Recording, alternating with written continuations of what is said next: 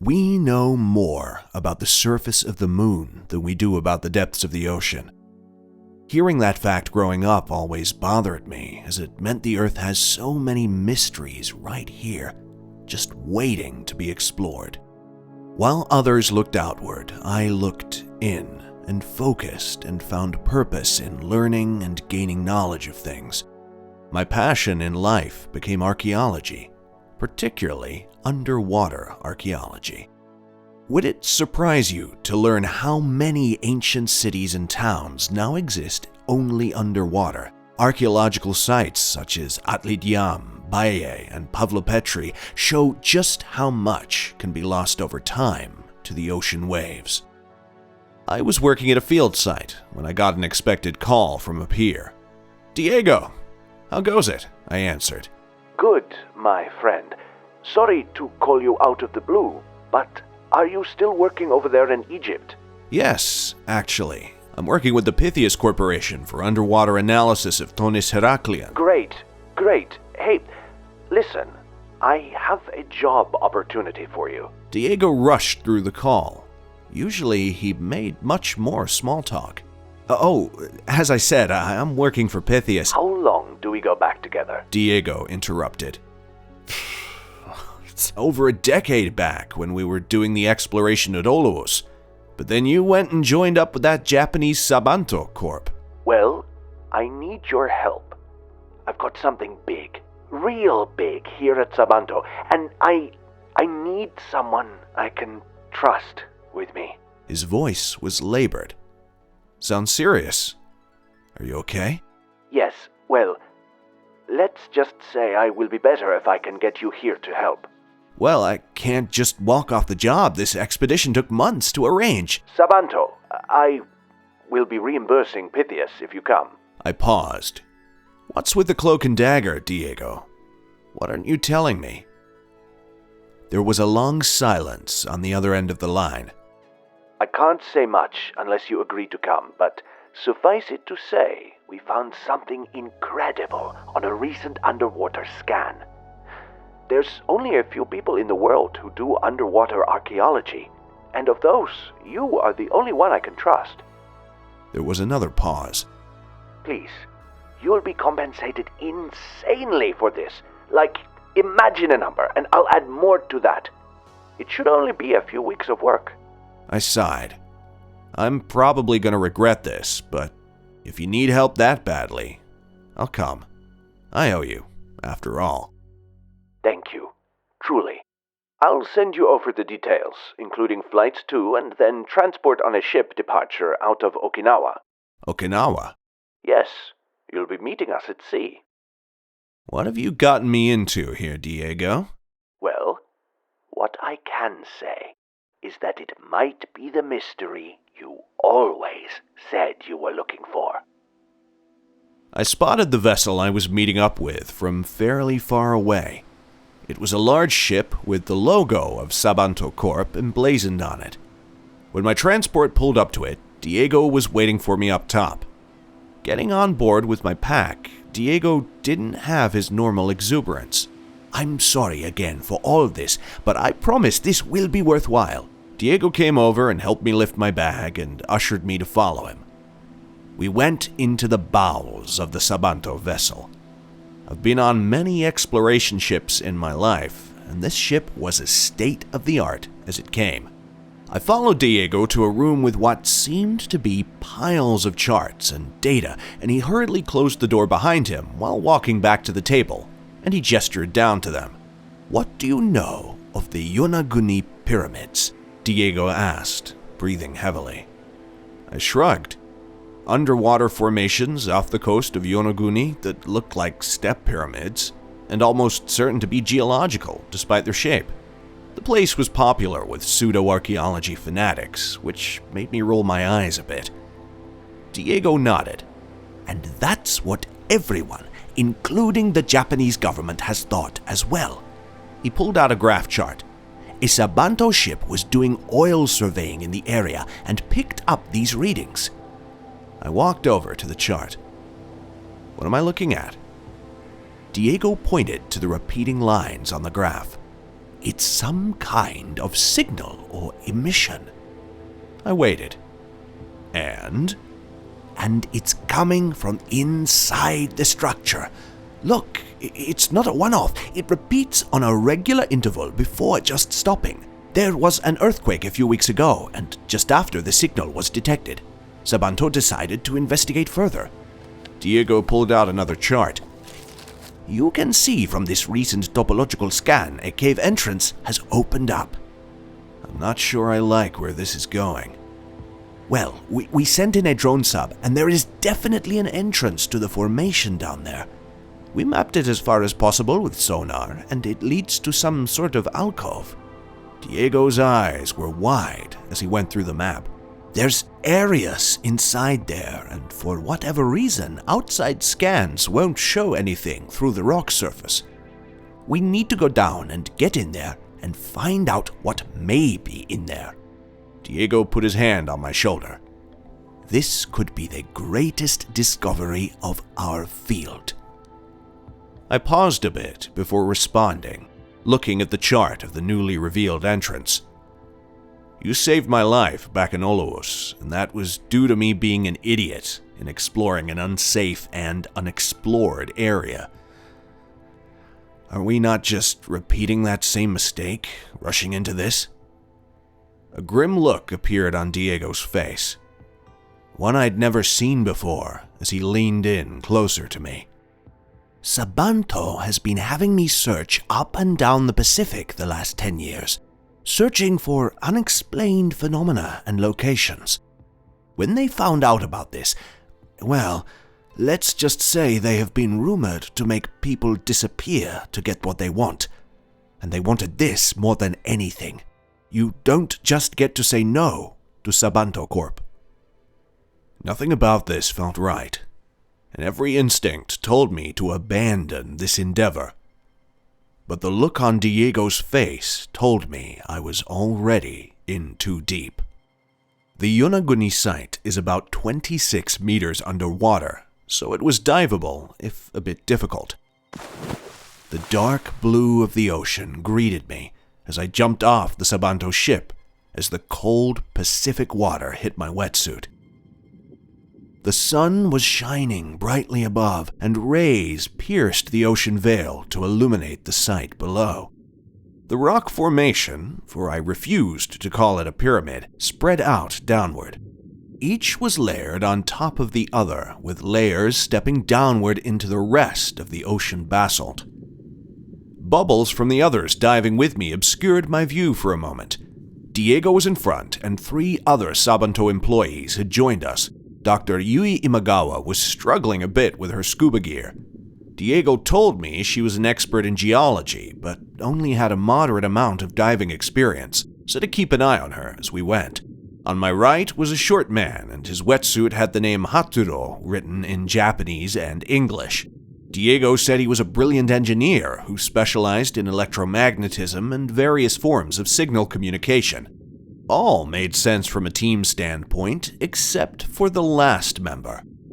He was a large, muscular man, and his name read Aioi.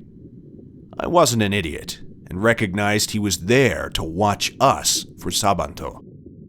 Diego had already told me Aioi was former JSDF Special Forces, and was considered one of Sabanto Corp's fixers, so to watch out, and not trust him.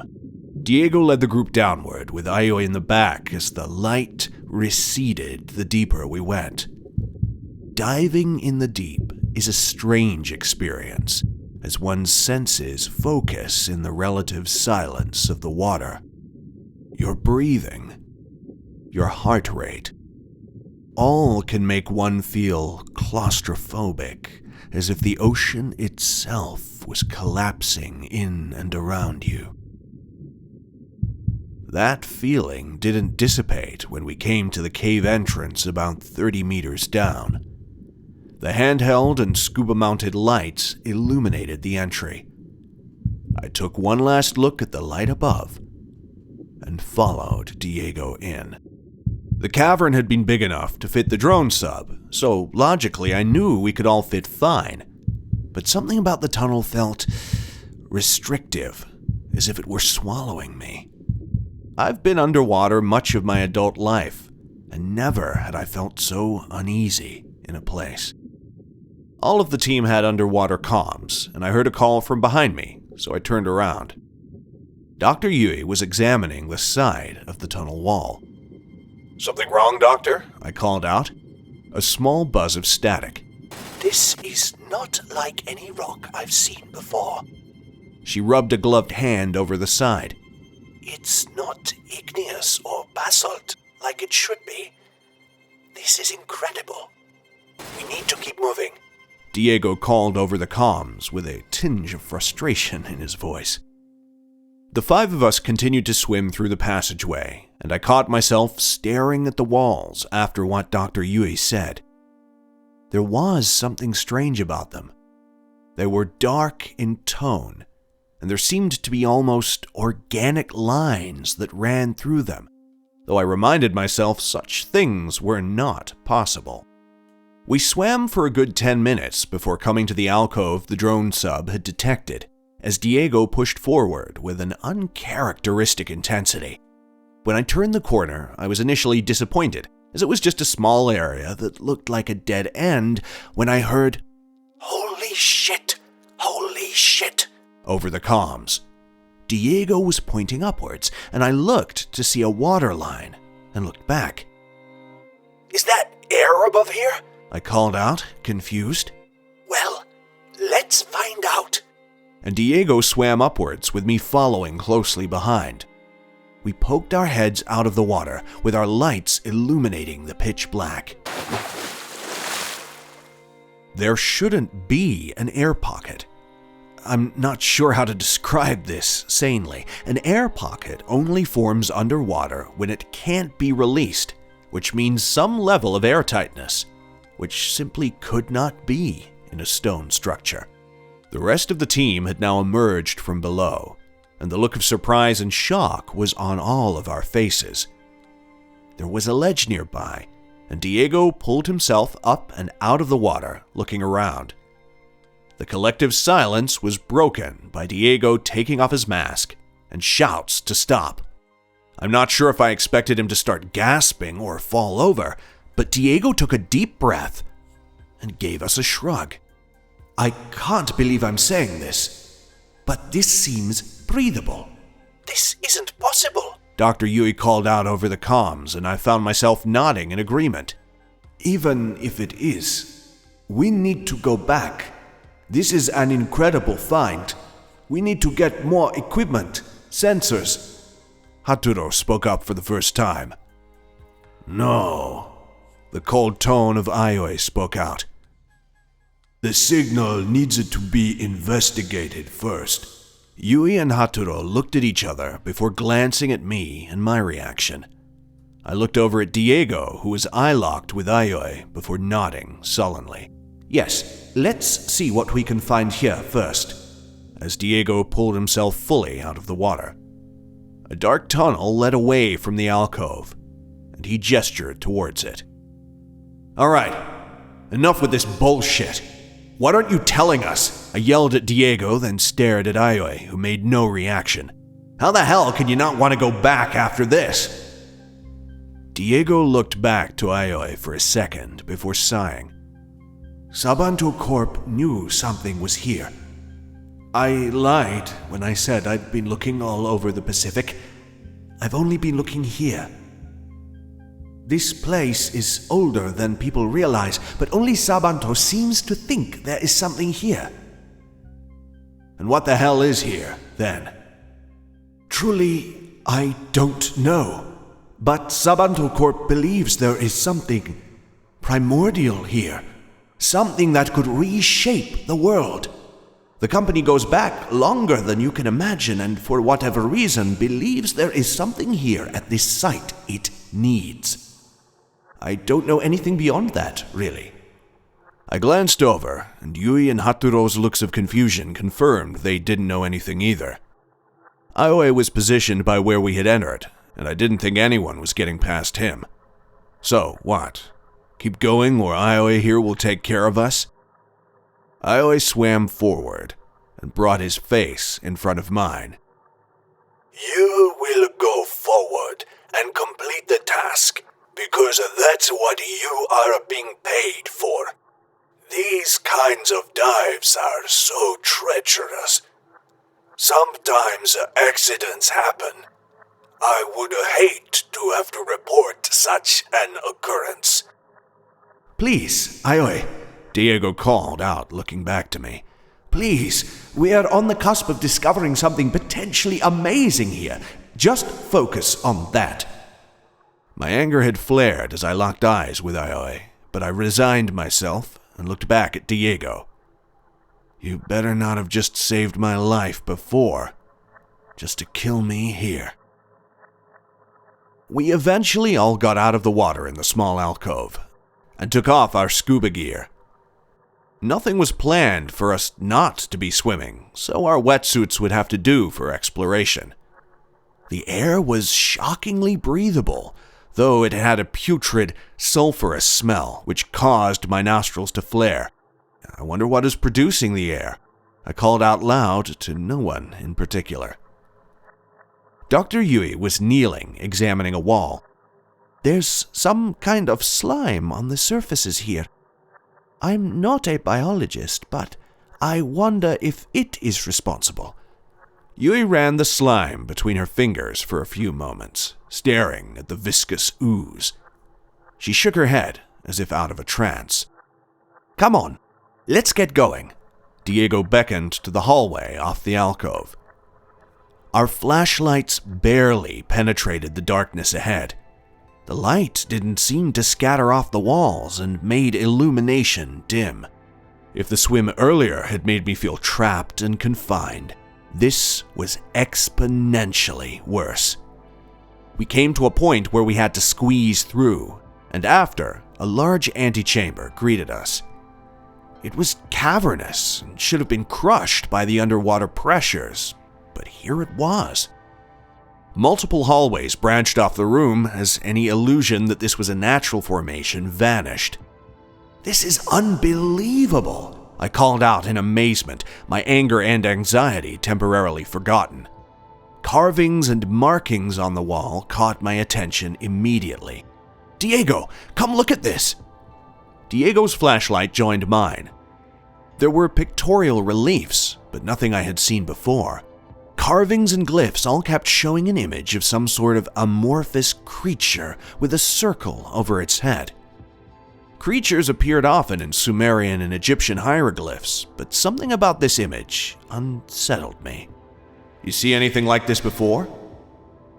Diego leaned in closer and exhaled hard. Yes. Well, sort of.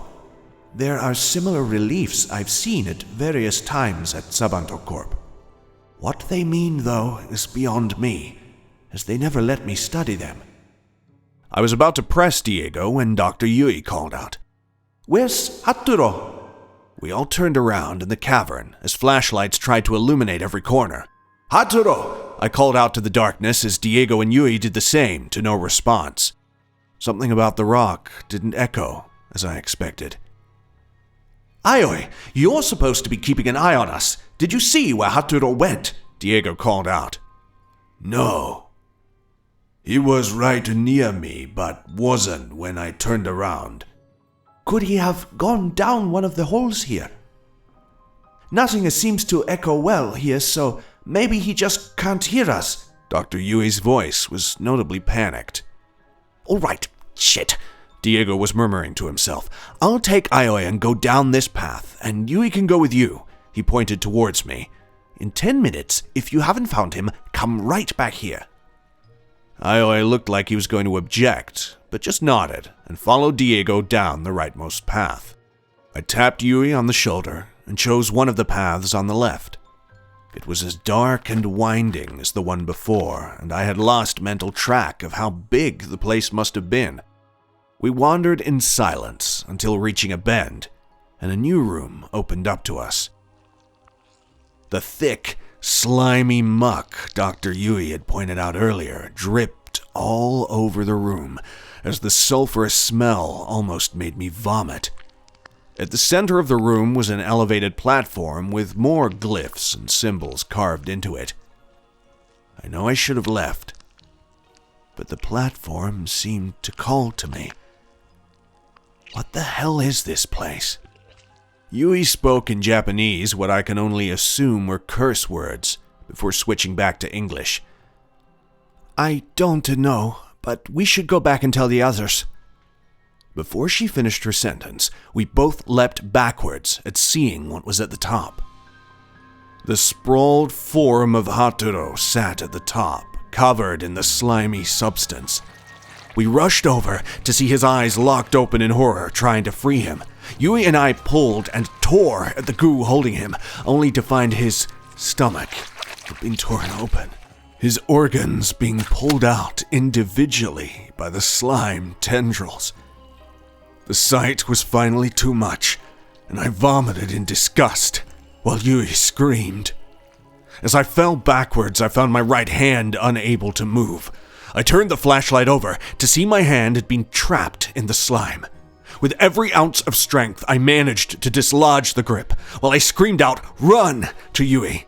Stumbling to my feet, we tried to make it down the hallway, but we tripped on the sticky slime substance several times. Each footstep was labored as we rushed to get back to the main chamber, as we both cried for help. Finally, the dark path came to an end, and the cavernous room greeted us. Diego and Aoi turned their attention towards us as we rushed over to them, screaming how Haturo was dead and the slime. "We need to get the fuck out of here now!" I yelled. Yui was speaking Japanese to Aoi in quick and loud tones, while Diego put his hands on me. "Calm down. Just show us what you found." I pushed him away. "Fuck that, and fuck you. I'm not going back anywhere near that place." Diego looked at Aoi, who was listening to Yui, crying and pleading with him in Japanese. "Well, are you going to do anything?" Aoi looked frightened, which was not what I would have expected from the man. "We should get out of here," he called out coolly.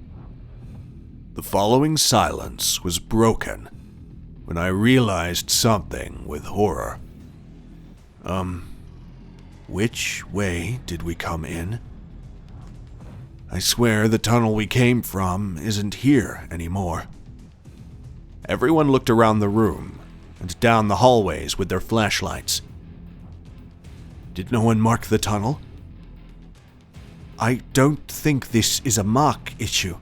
The tunnel we entered through isn't here anymore. Diego looked down the pathways as he spoke. Yui began trembling and murmuring in Japanese. "We shouldn't have come here." "There's no point in second guessing.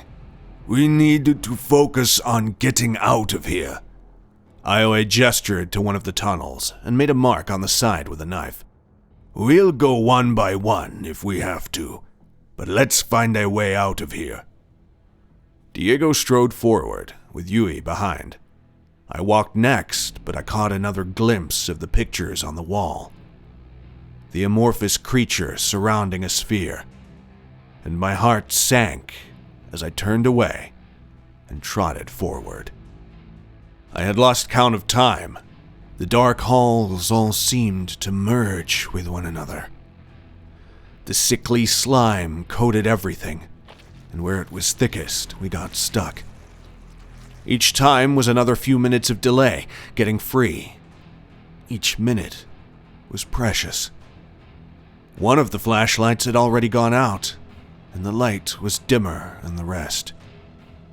Sometimes we'd end up back in the cavernous room, while others led to literal dead ends.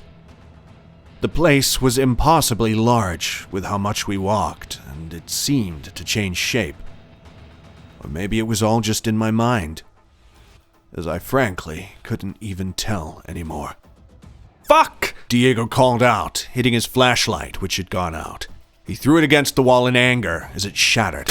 "How have we not found the tunnel we came from yet?" Yui had been almost comatose, just following whoever was in front. Under her breath, she kept referencing the slime and Haturo and needing to go to him. Aoi's previous calm was fraying. We are running out of time before we get stuck in the blackness here. No shit, but every time we make one of your marks, it is gone the next time we come to the corridors, even when we backtrack. Diego kicked his foot out of a slime patch. I tried to push Aoi and Diego away from each other when Yui spoke up unexpectedly. There's a voice ahead. All of us turned, and so, to my surprise, there was. Or at least it sounded like it. The four of us pushed forward through the tunnel when we came to the main cavernous area again. In the middle was Hatsuro. His wetsuit was ripped and torn, but his body was fine. I stepped forward in shock. You!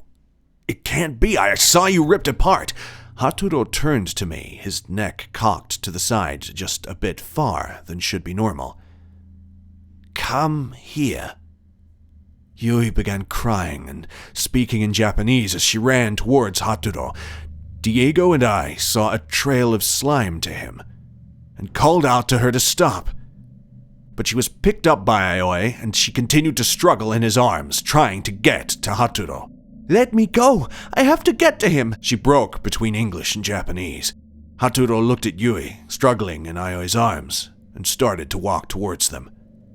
Come to me.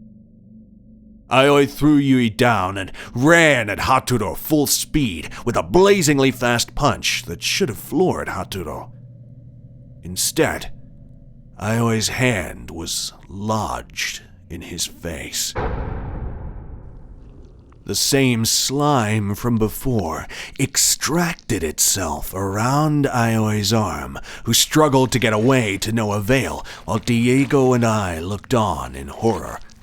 Aoi cried out in pain as the slime enveloped his arm and began to streak up his shoulder and onto his face. The oozing Hatsuro coiled around Aoi's neck and into his ears, then mouth and eyes.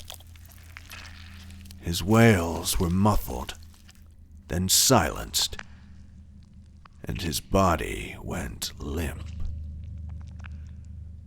Yui sat on the ground, watching the spectacle, as the face of Hatsuro reformed itself, and Aoi's body was taken by the ooze on the floor. Come to me. Join with me, as Hatsuro extended its hand. The hand began to extend longer and longer as it approached Yui, whose shock had taken over. As the hand reached her, it was knocked aside by Diego, who was grasped instead. Run! He called out, the slime hand grasping him. I ran to Yui, who seemed transfixed, and used my body to throw her to her feet. We need to go, now, as I pulled her by the hand down one of the halls.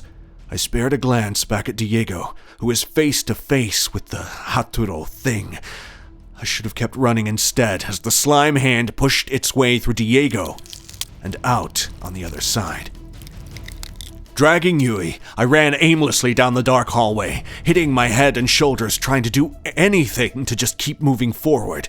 I ran and I ran with no thought, and suddenly I was in free fall, hitting water. My flashlight fell out of my hand, and only Yui's remained. In the darkness, it took me a moment to realize this was the water entry we had come through. I looked around and saw our scuba equipment was now covered in the grotesque slime. Several tanks had been punctured, and I couldn't free the rest. There was one tank that looked in good enough shape. Come on, Yui, I think we can share this tank and get out of here. I looked up. Yui? She was standing, facing the tunnel we had come from. I can hear it. It tells me to come. Yui, come on! Whatever that thing is coming, we need to go! It calls to me. It calls to us all. She looked down at me, before racing off back into the darkness. I swore again and again as I hastily put on the tank and jumped into the water. There was only a small light on the scuba tank left as I swam through the dark tunnel. Forward and forward, onward and onward I swam as I looked at my O2 gauge. It was reading critical. It must have had a leak after all.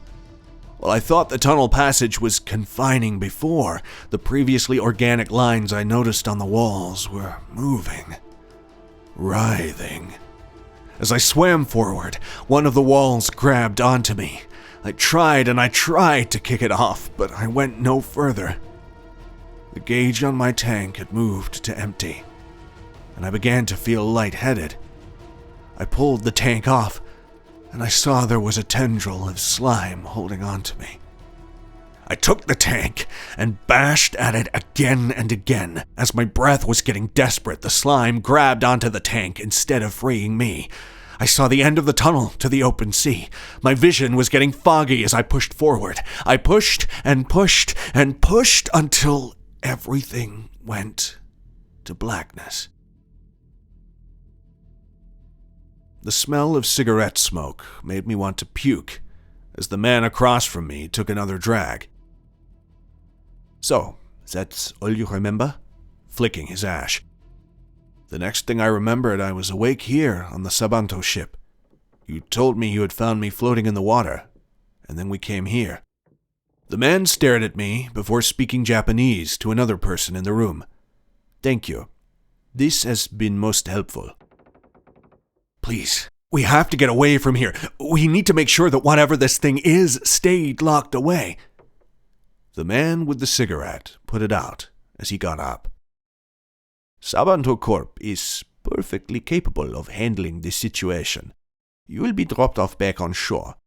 Your services are no longer needed. That's it? 4 team members dead and you're just done with this? The man sighed. 3. Dr. Yui also returned. What are you talking about? After we found you, we also found Dr. Yui floating nearby. No. That's not possible. There were no more oxygen tanks left. The man shrugged. You can ask her yourself later.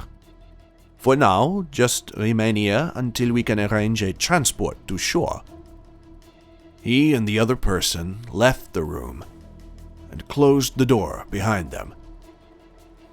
I watched them from the porthole in the door go down the hall. I watched as the figure of Dr. Yui stopped to speak with them. I watched as Dr. Yui looked back down the hall at me. I watched as her head was cocked to the side just a bit too far, and a tinge of slime was on her lips.